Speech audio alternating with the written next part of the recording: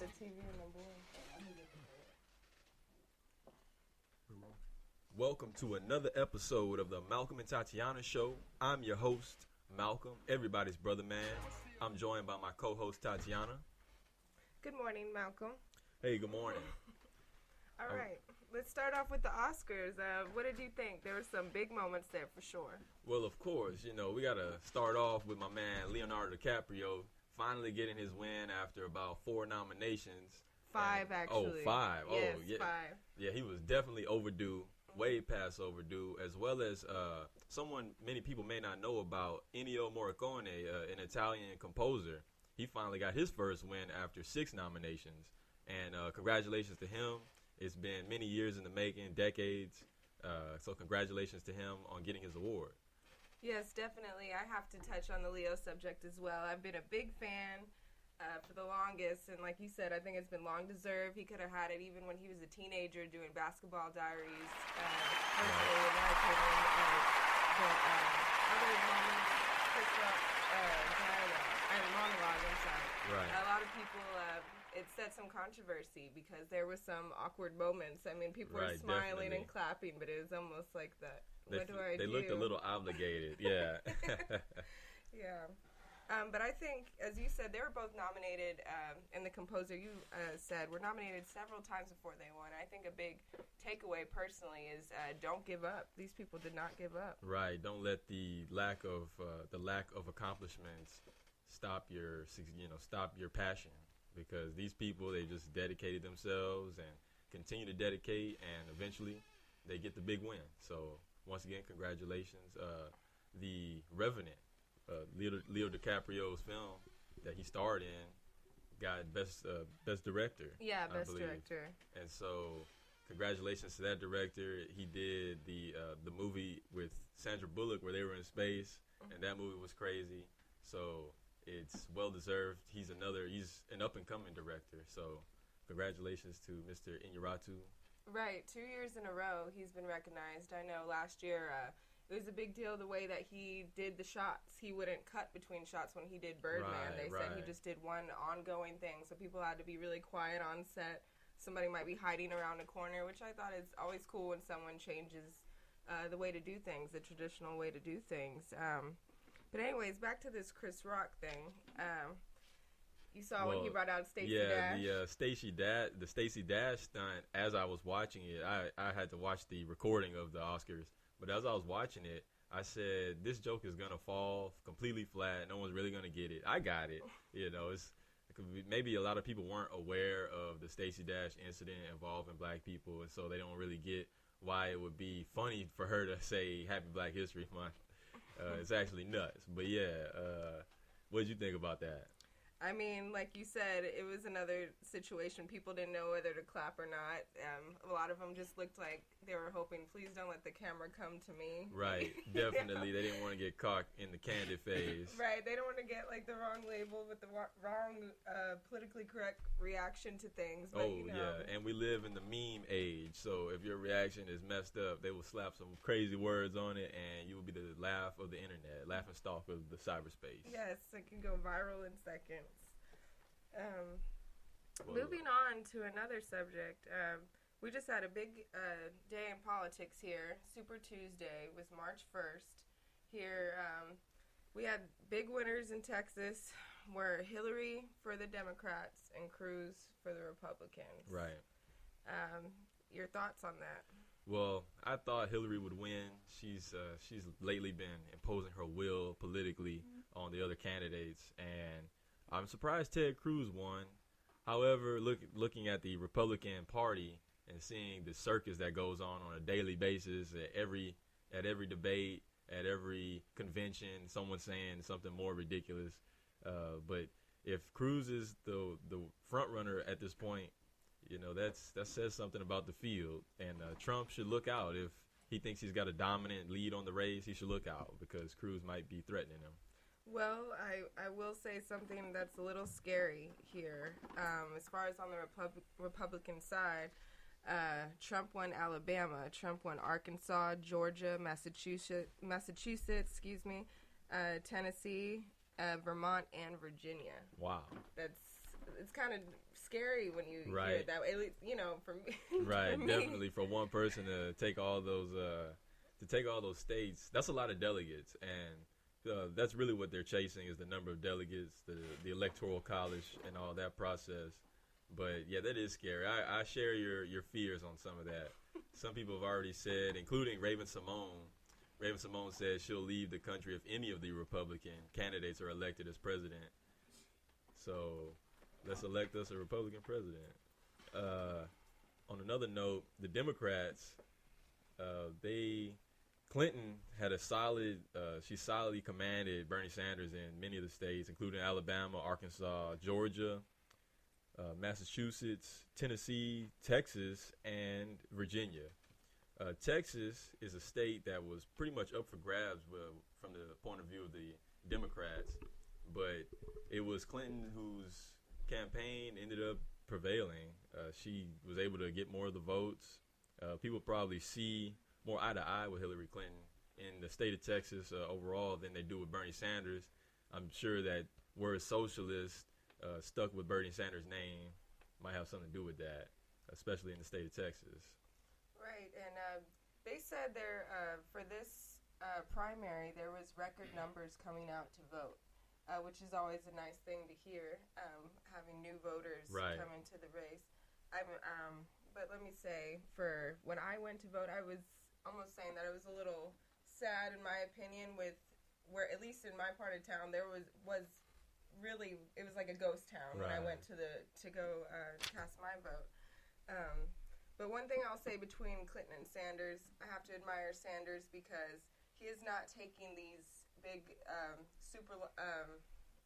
the billionaires aren't funding his campaign. Right. These are all just believers giving their contributions to his campaign. Even if you see on his website, it says paid for by Bernie, not by the billionaires. So I always admire that for him. He's not selling out to Wall Street, and that's been one of the complaints about Hillary. Well, yeah, he's much more a man of the people, I think. But, there's some line where people draw where they say, yeah, he's my friend, but what about him politically?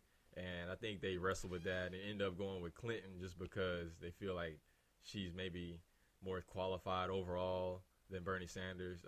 Everyone can't forget the Clinton name has been around in politics for going on 20 years, 25 years. And so just the Clinton name will resonate with people way more than Bernie Sanders.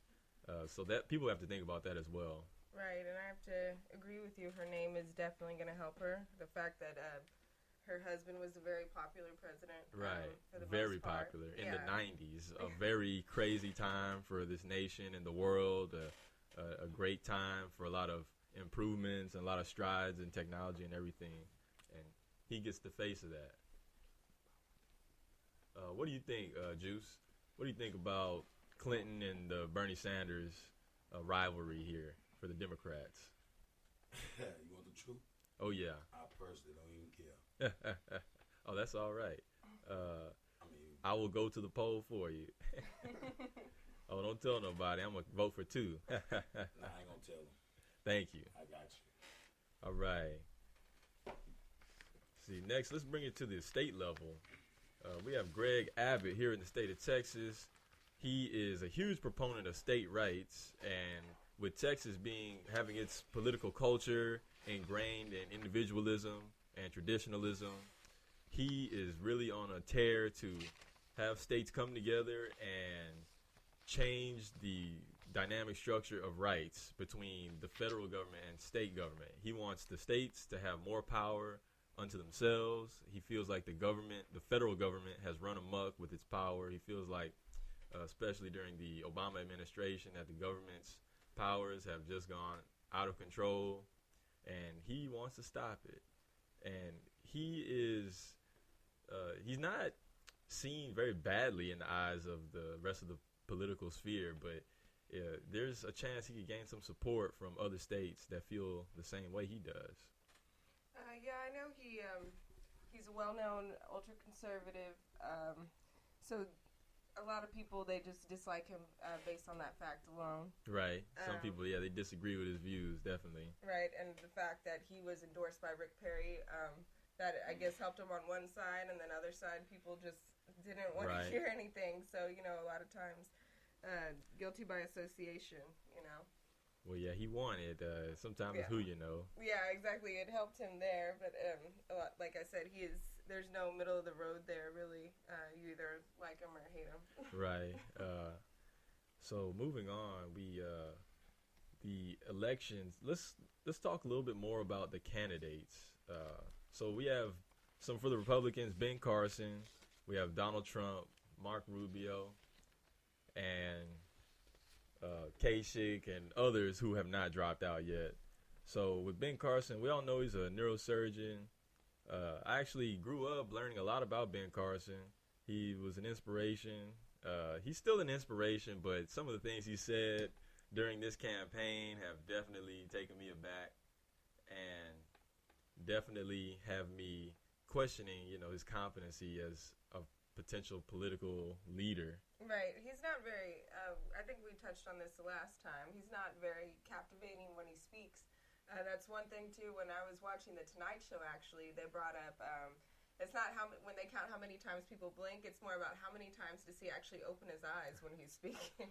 Right. Because it's almost like he's speaking with his eyes closed, and then suddenly you get him open. It's well, like, yeah, is he awake or is he asleep? Is he I don't know talking? where that comes from.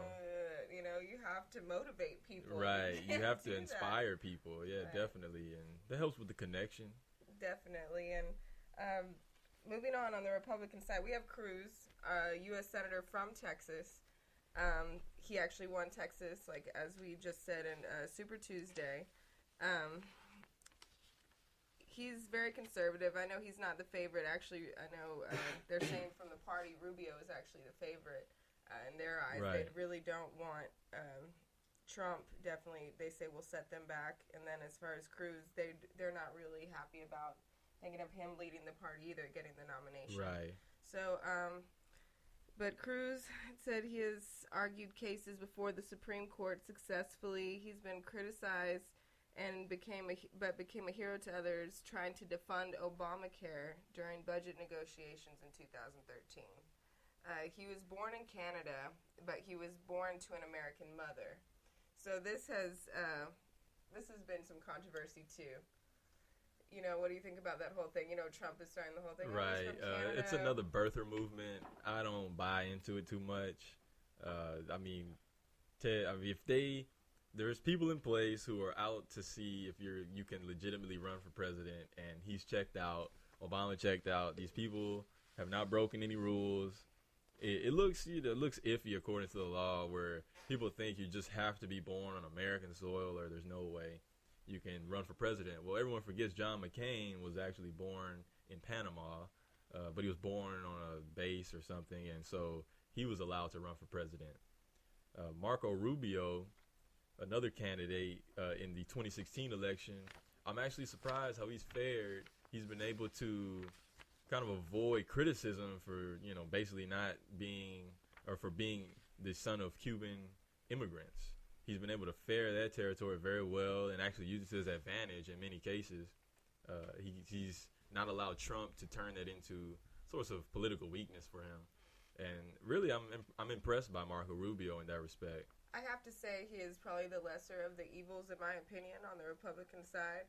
And I don't know if you caught his interview with Lester Holt, like immediately on Super Tuesday when they came to him after the polling was still coming in. He was on fire. But I mean, he did not take a breath when they were asking him questions. He had an answer for everything. He was just going. And I have to say that he handled himself very well in that situation, as far as saying, naming where he was in the polls and where everyone else was, and then handling his attacks.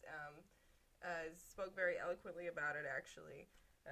Right. So. I think he's maybe the only one who's able to really keep his head above water with the Trump storm moving in across the GOP landscape. Yeah. They do have back and forth, though. He did just call out Trump for the size of his hands. Right, yeah. He was dealing a series of his own low blows. Right. All right. That's all we have for politics. And here's some